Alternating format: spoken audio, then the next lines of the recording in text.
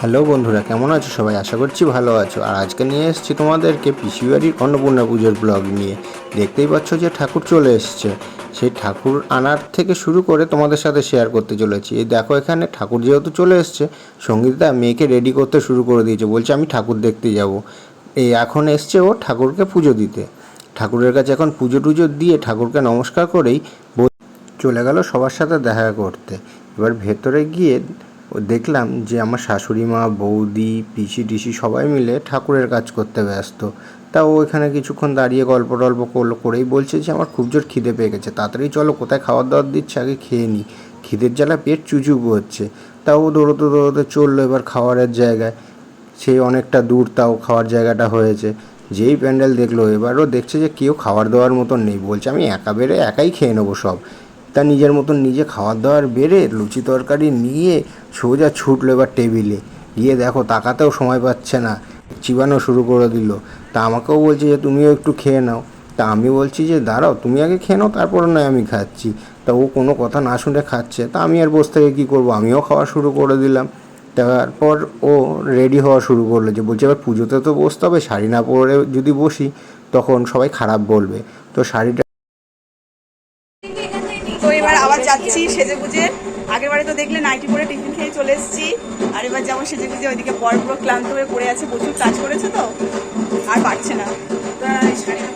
তো মা এবার রেডি হবে, আমি আর মা দুটো মিলে যাবো এখন। আর এদিকে বোনও আছে, ভিডিওতে আমার কথা শোনা যাবে, যা আওয়াজ হচ্ছে। যাই হোক, কেমন লাগছে কমেন্ট করে জানিও। আর এদিকে পুজো শুরু হয়ে গেছে। এসে দেখলাম যে সবাই এখানে উপস্থিত। আর এই অন্নপূর্ণা পুজো আমার পিসিবাড়িতে প্রতি বছরই হয়। আর আমরা প্রতি বছর এই দিনের জন্য খুবই অপেক্ষা করে থাকি, কারণ এই দিনে আমাদের রিলেটিভ, আত্মীয় স্বজন সবার সাথে দেখা হওয়ার একটা দিন।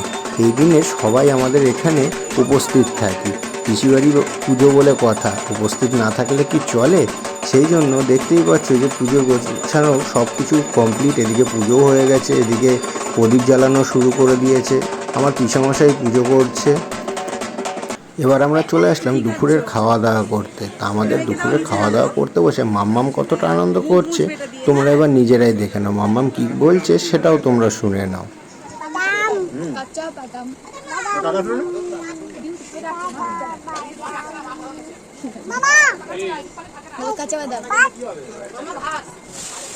ভাত দিয়ে না, ওই হাত দিয়ে, ওই হাত দিয়ে, ডান হাত দিয়ে খাও।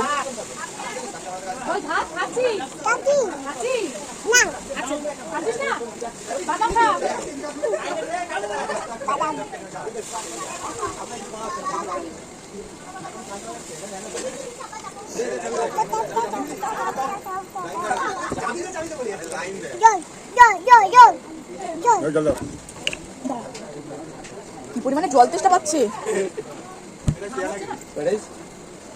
মামাম ধর না।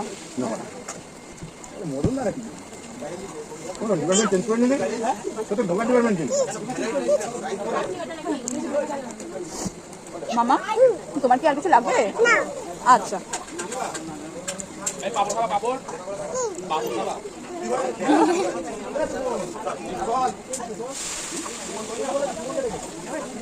তোমরা তো দেখলে মাম্মাম আর আমি খেতে বসেছিলাম। দুপুরে মা মেয়ে দুজনে এক টেবিলে বসে কি সুন্দরভাবে খেলাম। ওখানে আমি কোনো ভয়েস অ্যাড করিনি, কারণ ওই ভিডিওটা আমার সারা জীবনের চিরস্মৃতি হয়ে থাকবে। আমার মাম্মাম যে এত তাড়াতাড়ি বড় হয়ে যাবে, সত্যি কথা বলতে আমি ভাবতেই পারি নাই। ওর এখনও 2 বছর বয়স হয়নি, কিন্তু ও এতটা বড় হয়ে গেছে যে ও চেয়ার টেবিলে বসে কি বড়দের মতন করে খাচ্ছে। সেটা যে আমার কতটা ভালো লাগছে সেটা আমি তোমাদেরকে বলেও বোঝাতে পারবো না। জানি না কেন আমার একদিকে ভালোও লাগছে, একদিকে অনেকটা খারাপও লাগছে। আমার শুধু মনে হচ্ছে এটাই যে মাম্মা তুই এত তাড়াতাড়ি বড় হয়ে গেলি।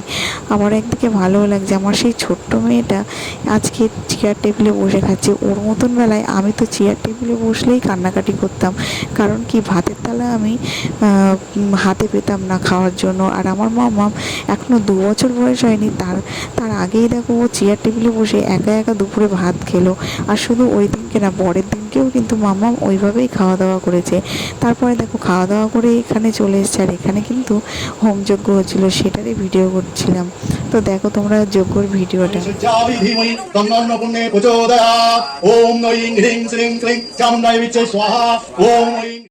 তো তোমাদের কার কার বাড়িতে অন্নপূর্ণা পুজো হয় সেটা কিন্তু অবশ্যই কমেন্ট করে জানিও। আর এই পুজো দেখতে তোমাদের কেমন লাগছে সেটা কিন্তু একদমই ভুলো না কমেন্ট করতে। তো আজকের ভিডিওটা আর বেশি বড় না করে এখানেই আমি ক্লোজ করছি। তো কেমন লাগলো অবশ্যই কিন্তু কমেন্ট করে জানিও, আর লাইক কমেন্ট সাবস্ক্রাইব করতে কিন্তু ভুলো না। Tata, bye bye. হিং অন্নপূর্ণা মাতৃকা দেব্যে ওই স্বাহা।